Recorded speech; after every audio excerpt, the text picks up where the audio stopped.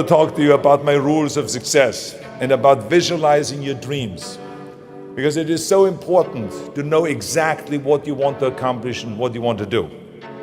I mean, the key principles also are, and they brought me incredible success always in several careers, from bodybuilding to acting and from public service to politics, are simply the rules of work like hell, trust yourself, break some rules, don't be afraid to fail, ignore the naysayers, and stay hungry. Let me tell you, I've made a fortune in several careers, and I've been very successful in several careers by ignoring the naysayers and believing in myself. Imagine you're 15 years old and you're in Austria and you say to the people, I want to be the bodybuilding champion of the world. Of course they come to you and say, but wait a minute, this is not an Austrian sport. Skiing, you should be a ski champion, a soccer champion, or a track and field champion. That's Austrian. But bodybuilding, that's an American sport. But you know something? I had it very clear in my vision, and I knew exactly what I wanted to do. I wanted to be a bodybuilding champion. And I started training 1 hour a day, 2 hours a day, 3 hours a day. By the time I was in military service, at the age of 18, I trained 4 or 5 hours a day. And I became the youngest Mr. Universe ever. The youngest world championship at the age of 20. So much for it can't be done. And right after that, because like I said, you have to be hungry, I went after my next goal, which was to come to America. My whole life I wanted to come to America. I came over here with empty pockets, but full of dreams, full of desire. I had this fire in the belly, and I knew that the United States was where I could really succeed. The possibilities here are endless. I wanted to live the American dream because this is the land of opportunity. I knew that this was where I could continue my bodybuilding career and start acting also, go into the acting profession. So I immigrated here, and I kept training and training hours every day, 5 hours, 6 hours a day, and won one world championship after the other. By the time I was finished with bodybuilding, I won 13 world championship titles, more than anyone. And then again, I was hungry to move on, because you can't do bodybuilding for the rest of your life. I wanted to move on, and I knew there was acting that I wanted to get into. But again, I faced the same obstacles where people said it can't be done. When I talked to agents, they said to me, you cannot become just an actor and walk into movies. I say, I just don't want to become an actor. I want to be a leading man. They say, well, forget about that, and they laughed. I mean, with your accent, no one has become a leading man with your accent and with your body. Look at all those bumps sticking out.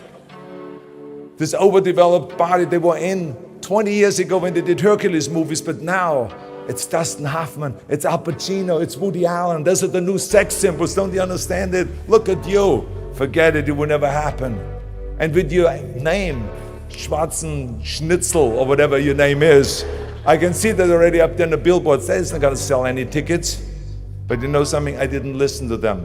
I started working very hard, just like in bodybuilding. 5, 6 hours a day. I went to acting classes, speech classes, dialogue classes, accent removal classes. Everything that you can think of, I did. And slowly everything started happening. All of those liabilities that they talked about started turning into assets. When I did Conan the Barbarian, the director came to me and he said, if we wouldn't have you, we would have had to build one.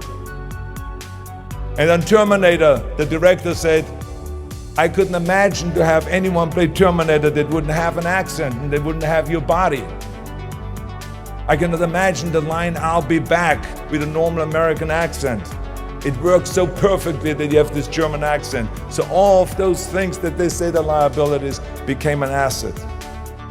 As moment went on, it grew and grew, and I went from one movie to the next, started making more and more money, and then I ended up being the highest paid actor with $30 million on Terminator 3. That just shows you again so much for it can't be done. This is why I try to tell you, anything and everything can be done if you can visualize it and if you believe in yourself. It was the same thing again when I ran for governor. You can imagine when I went on the Tonight Show and I announced that I'm going to run for governor of the great state of California. People came to me afterwards and said, you're crazy. You don't announce something like this on the Tonight Show. You have an official press conference at the state capitol. Plus, You don't start with governorship, you start first with mayor or with state senator. And I said, I don't want to be senator, I don't want to be mayor, I want to be governor. Don't you understand that? Well, the rest is history. I won in 2003 and I won also in 2006. Let me tell you, you're going to find the naysayers in every turn that you make. Don't listen. Just visualize your goal, know exactly where you want to go. Trust yourself. Get out there and work like hell and break some of the rules and never ever be afraid of failure. I couldn't have gone to one lifting event in my life if I would have been afraid of failure. Because of course there's a chance that you can fail. When you lift the weight, I tried 10 times to lift and bench press 500 pounds. And I failed, but the 11th time I did it. So never give up and never be afraid of failure, because otherwise you box yourself in and you limit yourself. I was never afraid to fail when I ran for governor. I was never afraid to fail to tackle anything, because you should not be afraid of failure. That's just part of life. I've lived by those principles and I've had a lot of fun doing it, and I made a lot of money at the same time. And of course, I have to tell you that no matter how successful you get, no matter how old you get, you always have to be hungry for more. You always have to be hungry for learning new things, because you never learn enough. I, for instance, learned when I grew up, I always thought that greatness was directly tied to fame and fortune. I thought that a big career and the money and the achievement would equal success, but I was dead wrong. But I learned that later on. I learned that totally by coincidence. When the University of Wisconsin did a research program on what effect weight training would have for Special Olympians, for intellectually challenged people, they called me. They said, Arnold, you're the expert in this subject. We want you to come up to the university and to help us with our program, to help us with our Special Olympians. And I flew up to the University of Wisconsin and I helped. And there were these kids.